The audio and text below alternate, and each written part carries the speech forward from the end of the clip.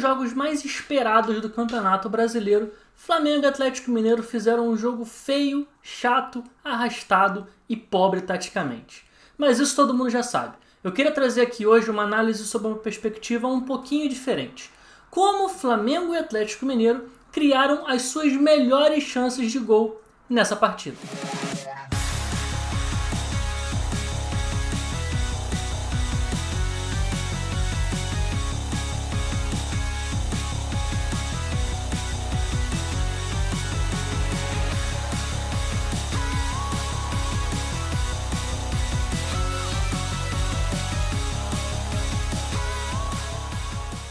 Fala galera, Bruno Pet na área para mais um vídeo e hoje eu queria fazer uma análise um pouquinho diferente do padrão aqui do canal. Normalmente quando a gente vai analisar um jogo, eu trago aqui a análise do jogo, da história do jogo, formação tática, como é que funcionou, o que não funcionou, como os times conseguiram chegar aos seus gols e tudo mais. Hoje eu queria fazer de uma maneira diferente porque Flamengo e Atlético Mineiro entregaram muito pouco no aspecto tático do jogo. Então não teria tanta coisa pra gente trazer aqui. Porém, tem alguns pontos, alguns aspectos desse jogo que foram as duas principais chances dos dois times. O gol do Flamengo no primeiro tempo e a bola na trave do Atlético Mineiro numa cabeçada do Arana no segundo tempo, que trouxeram algumas nuances muito interessantes para a gente poder trazer aqui e falar nesse vídeo. Começando então pela chance criada pelo Flamengo, que foi o lance do próprio gol do Michael, que deu a vitória à equipe rubro-negra. O Flamengo já vinha tentando fazer essa mesma jogada que deu certo no lance do gol algumas vezes até conseguir efetivamente fazer o gol. Era o mesmo tipo de jogada tentando explorar o espaço às costas do lateral esquerdo do Atlético Mineiro, Guilherme Arana. Isso porque o Renato queria tentar manipular o sistema defensivo do Atlético, que foi até um pouco diferente do padrão do Atlético Mineiro, e costuma fazer uma marcação encaixada por setor. Ou seja, uma marcação em que você acompanha o jogador adversário dentro do seu mesmo setor. Se esse adversário sai do seu setor, você passa a responsabilidade de marcação desse adversário para um outro companheiro. Eu vou deixar aqui no card, para quem não assistiu ainda, o vídeo que eu fiz mostrando quais são os tipos diferentes de marcação, para você poder identificar como marca cada um dos times dos jogos de futebol que você assiste. Mas bom, vamos voltar ao jogo. Nessa partida, o Cuca ele teve uma estratégia de fazer algumas perseguições mais longas do que o usual. Nesses encaixes, o Alan era quem encaixava no Gabigol, o Arana era responsável por encaixar no Everton Ribeiro e o Keno era o responsável por vigiar e acompanhar as subidas do Isla. Então, em diversos momentos, em diversas jogadas, esses caras saíam de suas posições padronizadas, de seus setores, para poder acompanhar esses jogadores e fazer essas perseguições mais longas ao redor do campo. Repara nesse lance aqui, logo aos 4 minutos, como essa dinâmica já fica bastante perceptível. Olha como o Keno vigia o lateral direito do Flamengo, o Isla. O Flamengo vai construindo essa jogada. O Gabigol, quando baixa para tentar dar uma opção ali de apoio, o Alan vem acompanhando ele.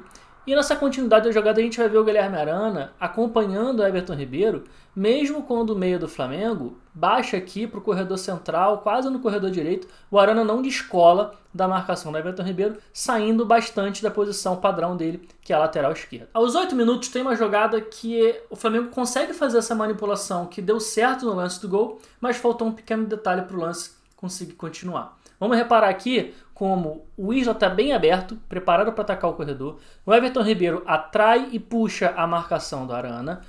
Depois o Gustavo Henrique vai jogar com o Gabigol, que atrai a marcação do Alan, e o Isla está lá na frente atacando o espaço. A única questão que faltou nesse lance aqui foi o Gustavo Henrique, ao invés de ter feito o lançamento para o Isla, ele preferiu um passe mais curto para o Gabigol. E repara como que na volta, depois que o Flamengo perde a posse da bola e o Isla está retornando para recompor o sistema defensivo, ele meio que gesticula ali, reclama, justamente tentando indicar que ele estava pedindo esse lançamento nas costas do lateral esquerdo do Atlético. Aos 2, essa jogada se repete mais uma vez. O Flamengo trabalha a bola ali atrás, o Everton Ribeiro atrai a marcação do Alan, que dessa vez o Alan e o Arana inverteram, então o Alan está encaixado no Everton Ribeiro e o Arana vai estar encaixado no Gabigol. No momento em que o lançamento sai para o Gustavo Henrique, a gente percebe como o Gabigol ele trouxe um pouco a marcação da Arana, e a gente vai ver o Isla atacando o espaço nas costas, sendo acompanhado por um Keno que estava um pouquinho atrasado. A grande questão aqui é que o lançamento saiu um pouco fechado, o Júnior Alonso conseguiu fazer a cobertura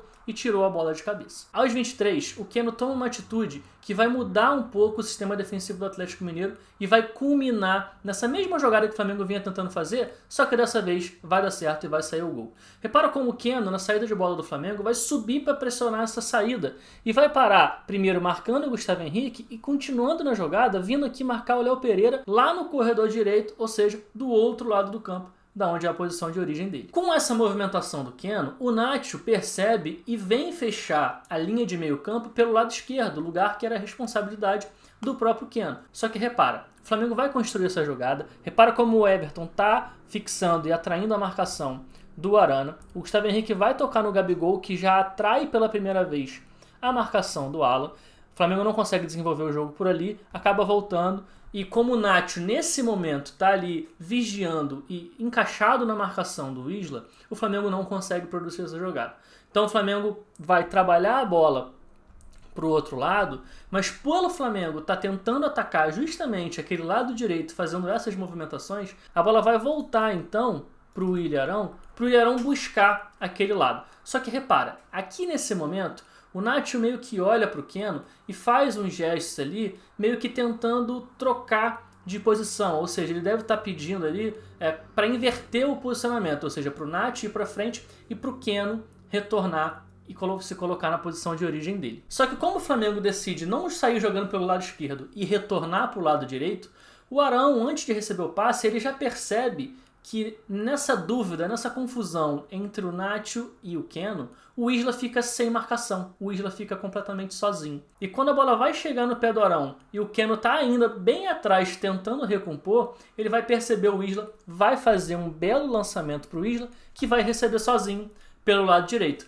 Essa jogada se desenvolve, o Isla cruza para a área, o Bruno Henrique consegue ganhar pelo alto, a bola sobra no pé do Michael e o Michael marca então o gol do Flamengo. Então repara que como um simples detalhe, o sistema defensivo do Atlético Mineiro acaba se desmontando um pouquinho e numa decisão errada ali entre o Nacho e o Keno, no momento em que eles tentam inverter de posição, num momento não tão propício, o Flamengo consegue encaixar a jogada que já vinha tentando anteriormente e sai na frente do placar. Mas sabe o que é mais curioso? A principal chance do Atlético Mineiro nessa partida surgiu também de uma inversão de posicionamento do sistema defensivo agora do Flamengo. Vamos entender como é que isso funcionou. O Flamengo do Renato, que faz uma marcação quase que sempre no 4-4-2, com algumas perseguições, alguns encaixes um pouco mais longos, mas não tão longos quanto foram os encaixes do Atlético Mineiro nessa partida, por exemplo. São perseguições um pouco mais curtas. E nesse 4-4-2, os dois meias do Flamengo sempre fecham na linha de meio campo pelos extremos, pelos lados, com o Ilharão e Andreas Pereira sempre por dentro. Só que aos 4 minutos do segundo tempo, teve um lance de bola parada que fez com que o Everton Ribeiro e o Michael por alguns minutos se invertessem. Repara que no momento em que o Keno vai fazer a cobrança da bola parada, o Michael está na barreira aqui no corredor direito e o Everton Ribeiro está fazendo a marcação ali da marca do pênalti no corredor central. Esse cruzamento do Keno vai parar nas mãos do Diego Alves e no momento em que o Flamengo sai para o contra-ataque, o Everton Ribeiro sai para contra-atacar pelo corredor esquerdo e o Michael fica aqui então no corredor direito. Só que apesar dessa inversão tática ter sido circunstancial, ou seja, só aconteceu por conta desse lance de bola parada defensiva, o Flamengo manteve esses dois jogadores invertidos durante muito tempo ao longo da partida. Repara como 2 minutos depois, aos 6 minutos do segundo tempo, na primeira vez em que o Atlético Mineiro entra em organização ofensiva depois daquele lance de bola parada, o Everton Ribeiro vem fechar o lado do campo pelo lado esquerdo, enquanto o Michael está fechando a linha de meio campo pelo lado direito. Alguns minutos depois que a bola parou por conta de faltas ou saiu pela linha lateral, a configuração mudou um pouquinho. O Michael continuou pelo lado direito, mas na linha dos dois atacantes. O Everton Ribeiro voltou para sua posição de origem pelo lado direito e quem fechou a linha de meio campo pelo lado esquerdo dessa vez foi o Gabigol. Ou seja, o Everton Ribeiro até tentou reinverter o posicionamento, mas o Michael continuava ali pelo lado direito, fazendo com que o Gabigol tivesse que ir fechar a linha de meio campo pelo lado esquerdo. Até que aos 11 minutos, ou seja, 7 minutos depois daquele lance de bola parada em que Everton Ribeiro e Michael tiveram que se inverter na partida, o Michael permaneceu do lado direito. E por circunstâncias do jogo, o Everton Ribeiro acabou caindo de novo lá pelo lado esquerdo para fechar a linha de meio campo daquele lado. E na origem do lance em que o Atlético Mineiro coloca a bola na trave, há ali algumas manipulações e uma falha do Michael, que fazem com que o Atlético consiga chegar com perigo à meta do Flamengo.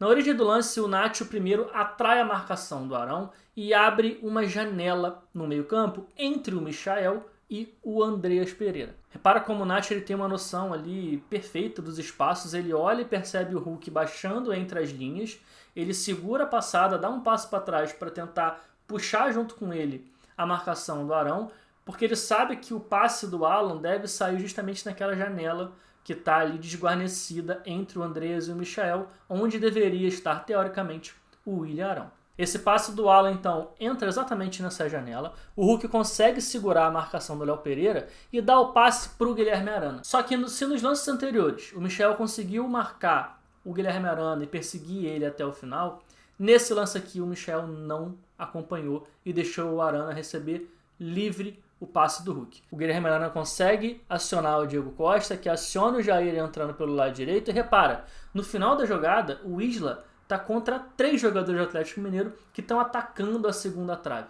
Ou seja, o Michel, nesse momento aqui, nem apareceu na imagem para ajudar na marcação, deixando o Isla completamente exposto. A sorte do Flamengo é que a cabeçada do Guilherme Arana acaba caindo na trave e o Atlético acaba, então, não conseguindo empatar a partida. A minha intenção aqui em trazer como foram construídas as melhores chances de gol de Flamengo e Atlético Mineiro e como e por que essas chances foram criadas é para mostrar como o futebol é um jogo encadeado.